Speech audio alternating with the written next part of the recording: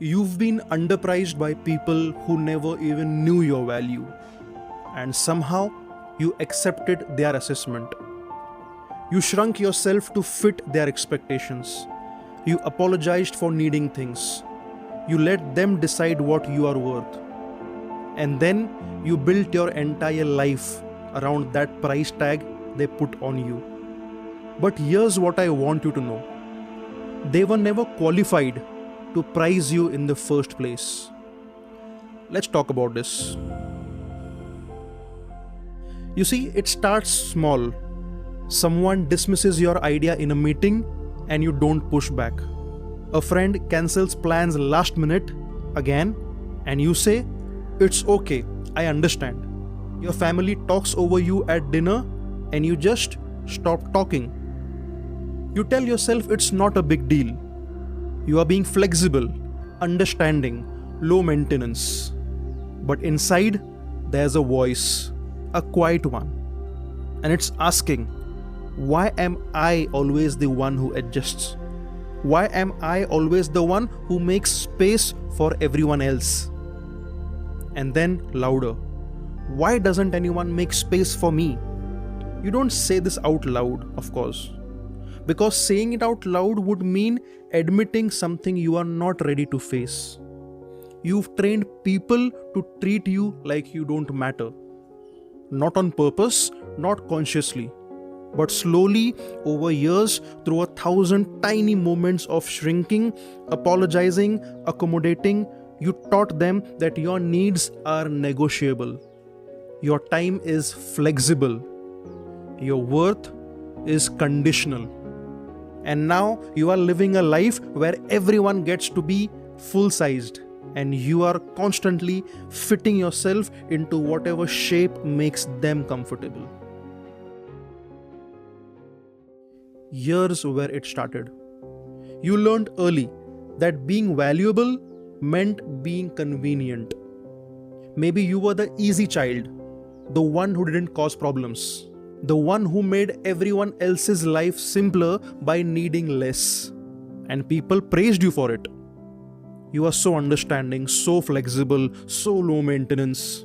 What they really meant was, you are so easy to overlook, so you internalized it. Being small equals being loved. Taking less space equals being wanted.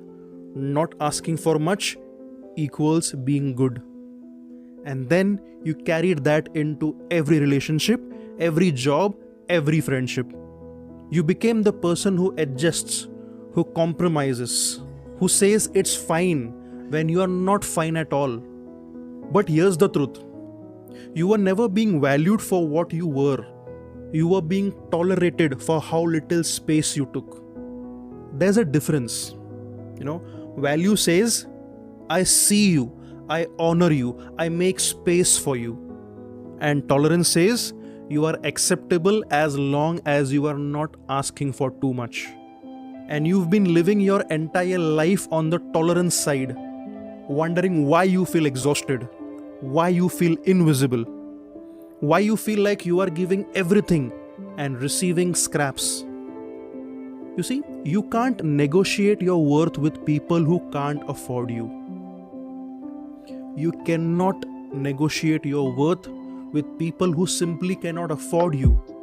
And by afford, I don't mean money. I mean emotional capacity. I mean the willingness to see you full-sized.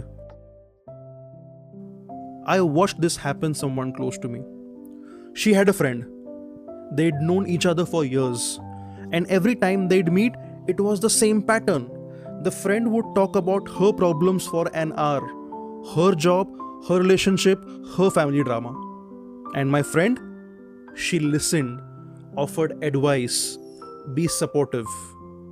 But the moment she tried to share something about her own life, something she was struggling with, the friend would glance at her phone, change the subject, or worse, say something like, "Well, at least you don't have it as bad as I do."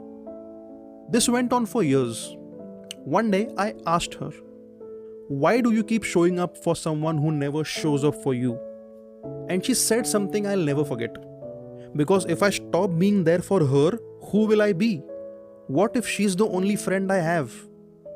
Translation: what if my worth is measured only by how much I give? What if I am valuable only when I am useful? So I asked her, what if the friendship you are clinging to is costing you the relationship you could have with yourself? She did not respond right away. But a few weeks later, she stopped reaching out, stopped being available at every call, stopped shrinking herself to fit into someone else's need. And you know what happened? The friend disappeared. Not because my friend did anything wrong, but because the friendship was never built on mutual value.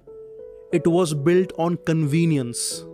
And the moment she stopped being convenient, nothing was left. That hurt, but it also freed her. So here's a shift that you need to make. You are not here to be convenient. You are not here to be easy to manage. You are not here to make other people comfortable by you staying small. You are here to be seen fully as you are. Let me reframe something for you. When you set a boundary, when you say no, when you ask what you need, people will react. Some will respect it, some will push back, some will disappear entirely. And that's not a failure, that's information. Because the people who can't handle your boundaries, they were never there for you. They were there for the version of you that made their life easier. The version that didn't ask for much, didn't challenge them, didn't require them to show up fully. The people who truly value you won't make you shrink to earn their love. They'll make space for you to expand. Real relationships are not built on one person constantly adjusting. They are built on mutual respect, on both people being full-sized, on both people mattering equally. And if someone can't meet you there, it's not your failure, it's their limitation. So here's what reclaiming your worth actually looks like. It's saying no without over-explaining. It's sharing your needs without apologizing. It's taking space without shrinking to make room for someone else's ego. It's letting people be uncomfortable with the full-sized version of you, and trusting that the right people, the ones who actually see you, will stay. The rest, they'll fall away. And that's not loss, that's liberation. Because you are not losing people who valued you. You are losing people who only valued what you gave them, and those were never your people to begin with. I know this isn't easy. Reclaiming your worth after years of being underpriced feels terrifying, because it means people will see you differently.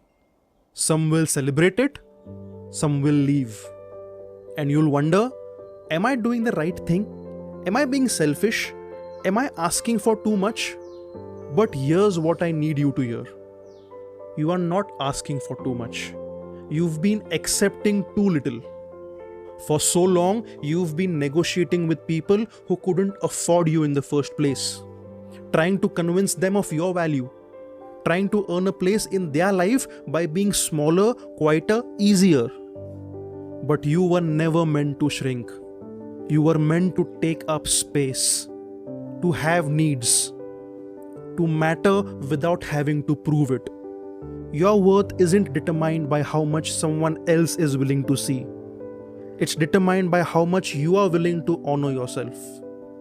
And when you start honoring yourself, when you stop underpricing who you are, everything changes.